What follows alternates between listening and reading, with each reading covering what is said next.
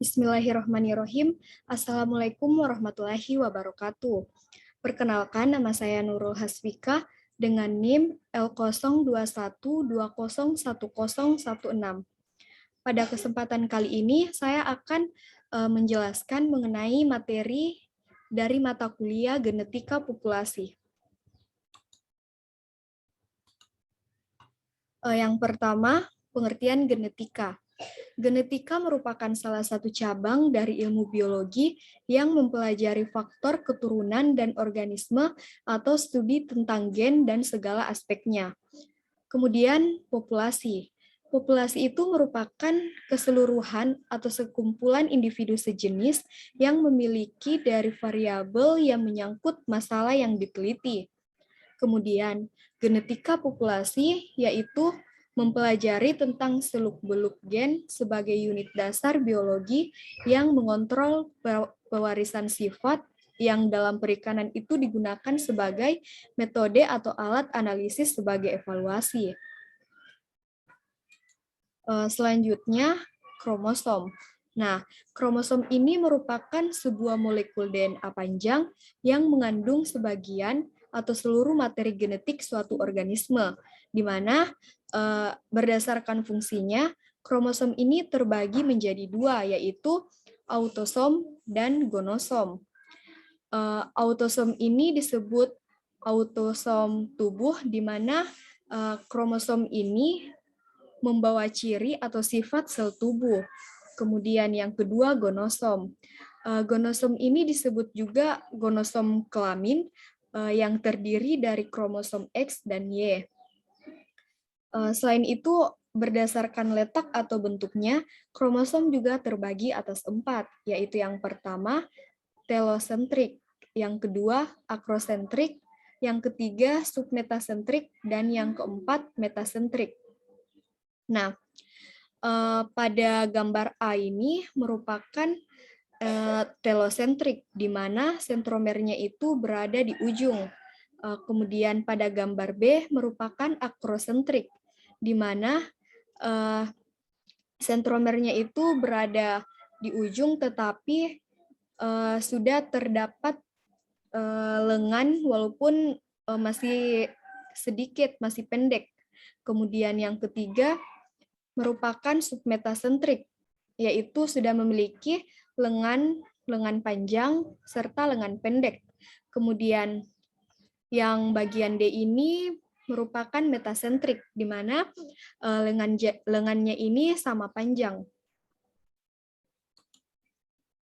Selanjutnya yaitu jumlah kromosom. Nah, di sel tubuh manusia itu terdiri 46 buah, di mana setara dengan 23 pasang. Kemudian di sel gametnya terdapat 22 buah.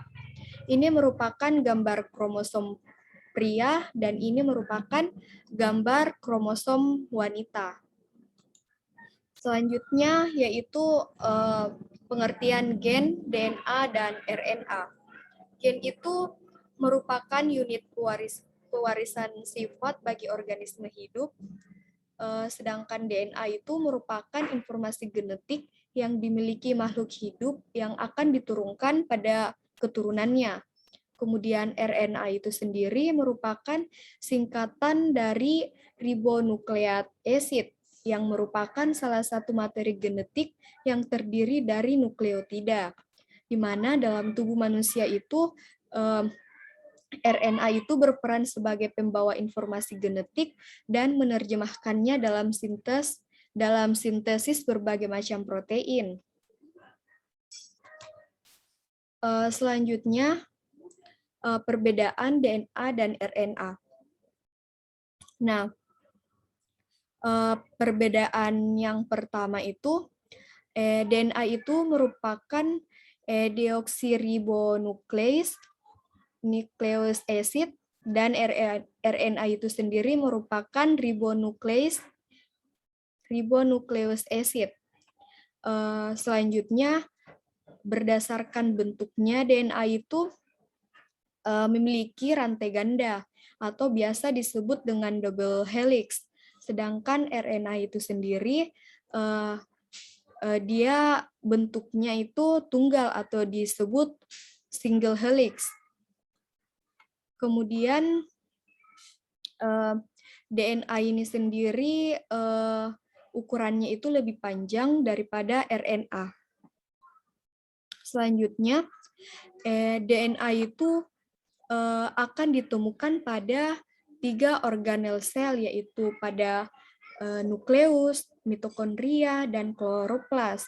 Sedangkan RNA itu akan ditemukan di 3 organel sel juga, yaitu pada nukleus, pada sitoplasma, dan ribosom. Selain itu, DNA ini terbagi atas 2 jenis, yaitu DNA template dan DNA anti-template. Sedangkan RNA ini terbagi atas 3, yaitu mRNA, rRNA, dan tRNA. Selanjutnya yaitu proses sintesis protein.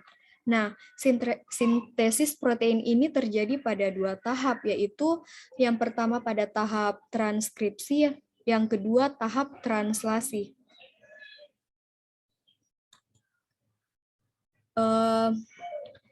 Transkripsi, pada tahap transkripsi. Sebelumnya, transkripsi itu merupakan peristiwa pengkopian informasi genetik dari DNA menjadi mRNA. Proses transkripsi itu terjadi dalam 3 tahap, yaitu inisiasi, elongasi, dan terminasi. Nah, bisa kita lihat pada gambar ini, di mana untaian biru tua ini adalah double helix DNA, di mana bentuknya itu seperti untaian tangga. Nah, nanti double helix DNA ini akan dibuka ikatan hidrogennya, yaitu dibuka oleh enzim yang namanya enzim helikase. Kemudian setelah dibuka, masuklah yang namanya enzim polimerase. Dan yang warna kuning ini itu merupakan rantai RNA yang dibentuk dengan menciplak basa-basa DNA sensor. Kemudian mRNA ini yang terbentuk di tahap transkripsi ini akan dimasukkan di tahap translasi. Selanjutnya, sebelum menjelaskan bagaimana tahap translasi, saya akan menjelaskan bahwa translasi ini merupakan proses urutan nukleotida dalam mRNA yang diterjemahkan ke dalam urutan asam amino dari rantai polipeptida.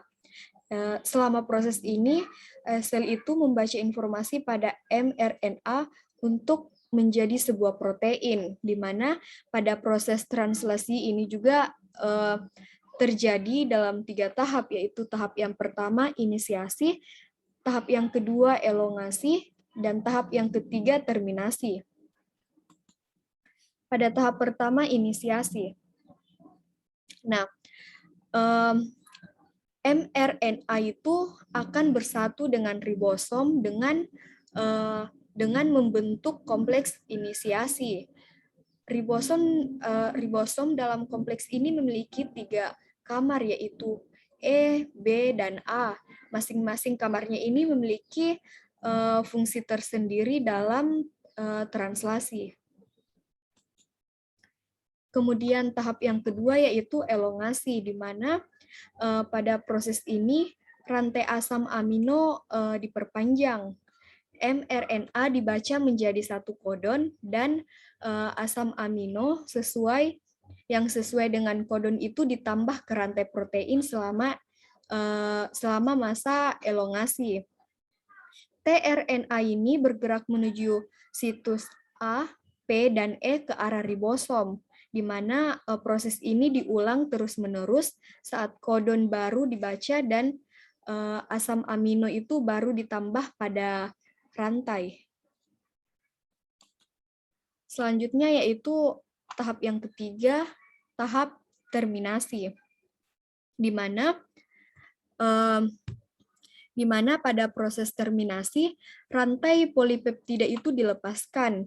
Proses ini juga dimulai ketika stop codon UAG, UAA, atau UGA memasuki ribosom, membuat rantai polipeptida terpisah dari tRNA dan keluar dari ribosom. Inilah presentasi dari saya. Sekian dan terima kasih. Wassalamualaikum warahmatullahi wabarakatuh.